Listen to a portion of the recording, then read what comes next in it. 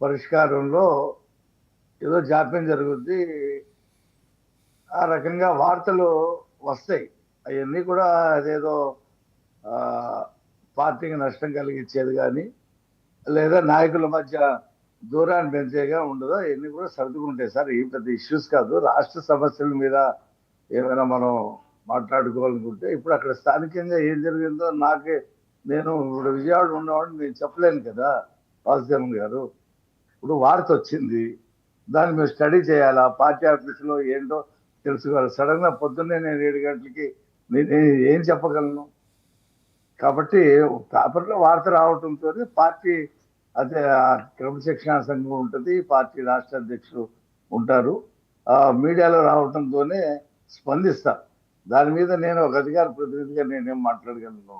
మీరు అధికార ప్రతినిధి కాబట్టి మిమ్మల్ని వేరే వాళ్ళని అడగం కదా, మీరు అధికార ప్రతినిధి కాబట్టి. వచ్చింది వార్త పొద్దున్నే, నేను అధికార ప్రతినిధి, నేనేం చెప్తాను దాని మీద?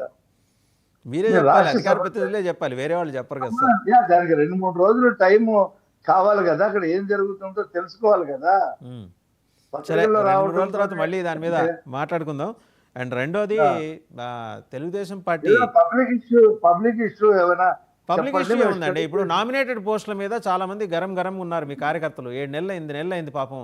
జగన్మోహన్ రెడ్డి గారు అరాచకాలు, దుర్మార్గాలు, పైశాచికత్వం, ఇంకా పాశవికత్వం ఇవన్నీ అనుభవించి వచ్చిన వాళ్ళకి ఈ రోజు కూడా పదవులు ఇవ్వకపోతే ఎట్లా సార్?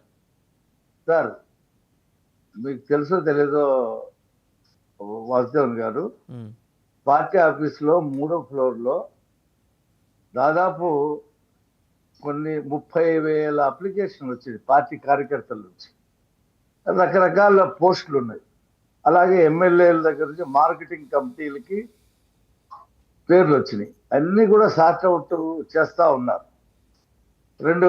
3 విడతలు పోస్టులు వేశారు.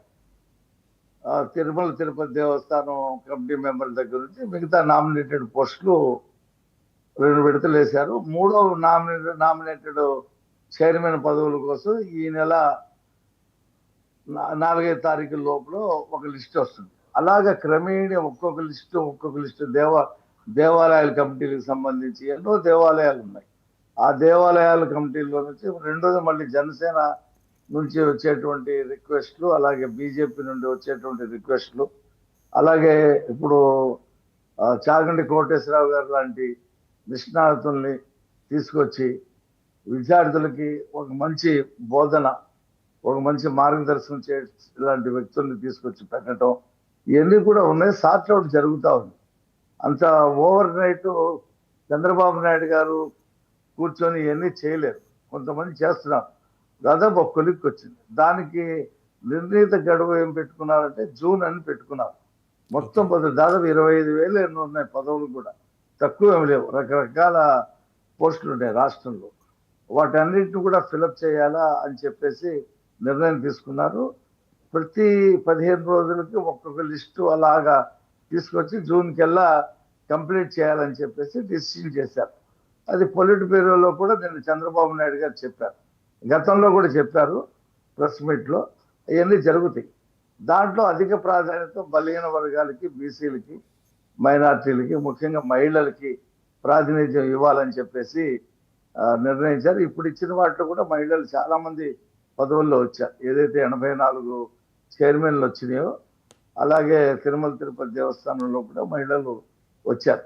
కాబట్టి అన్నీ చూస్తున్నారు. ఓవర్ నైట్ మంత్రివర్గం విస్తరణ చేయడానికి 4-5 రోజులు పట్టే రోజులే. కాబట్టి ఈ నామినేటెడ్ పదవులు కనీసం జూన్ దాకా అవుతుందని చెప్పేసి దానికి ఉన్నటువంటి పరిస్థితులను దృష్టిలో పెట్టుకొని నిర్ణయించారు వాస్తవం గారు. రైట్. శ్రీకాంత్ గారు, కడపలో మహానాడు వైసీపీకి బహుశా మీకు సినిమా చూపించడానికే అక్కడ పెట్టబోతున్నారు, భారీ స్థాయిలో పెట్టబోతున్నారు. ఆల్రెడీ ఇందాక రఫీ గారు అన్నారు, అవుట్ ఆఫ్ 10 అసెంబ్లీ సెగ్మెంట్స్ 8 వాళ్ళ చేతిలోనే ఉన్నాయి. మీకు బిక్కుమంటూ 2, అందులో 1 జగన్మోహన్ రెడ్డి గారు. ఆయన అసలు బిందాస్ ఉన్నారు. యూకే నుంచి ఇవాళ రేపు వస్తారేమో, నిండా మునిగినోడికి చలేంటన్నట్టు. ఏముంది కొత్తగా, ఇప్పుడు 10 మంది ఎమ్మెల్యేలు కూడా బీజేపీ ఎగరేసుకుపోతుందట షార్ట్లీ అని ఢిల్లీ నుంచి సమాచారం. సింహం చెబుతుంటారు కదా, సింహం సింగిల్గా వస్తుంది, సింహం సింగిల్గా మిగులుతుంది, రావటం కాదు, సింహం సింగిల్గా మిగులుతుంది. మీ సింహం, మీరు చెప్పే సింహం ఎలా అండి? మీరు ఎక్కడ అంత నిస్తేజంగా నిర్వేదంతో ఉన్న పార్టీలో జవసత్వాలు, విజయసాయిరెడ్డి గారు వెళ్ళిపోయిన తర్వాత కూడా ఉలుకు పలుకులు లేదు. ఏం చేయబోతోందండి